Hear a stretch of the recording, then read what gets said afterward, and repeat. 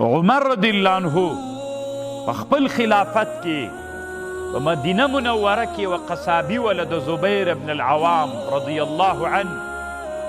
زبیر ابن العوام و په مدینه کې وکانت الوحیده بالمدینه، تنها په مدینه کې یوه قصابي وه چې د زبیر ابن العوام وه.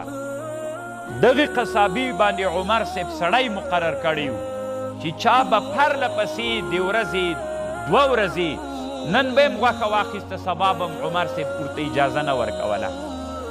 وی دا غوښه ته نه دي تا ښه ایسېږي او که د بل چا اجازه یې فاذا رأى رجلا اشترى لحما يومين متتابعين ضربه بالدره وقال له الا طويت بطنك لجارك وابن عمك.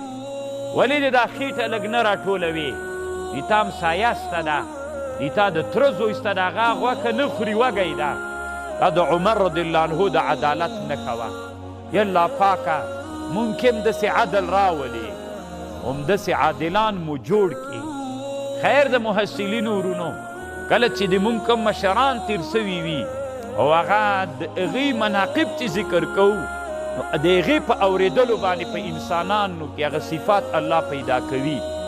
نو الله دې مونږ کې پیدا کړي، الله دې مونږ کې عمري عدالت راولي. او بل داسې ده، یو ورځ وی چا حجاج ابن یوسف ته ویلې، وی ولې عدل نه کوې؟ حجاج ابن یوسف ورته ویلي وي تاسې خو هم د ځان نه ابوذر جوړ کوئ که نه، ته بازر و، تاسې کله ابوذر یئ چې زه ځان نه عمر جوړ کړم؟ تاسې د ځان نه عمر ما نه عدالت د عمر غواړئ، خو تاسې خپله ظالمان یئ.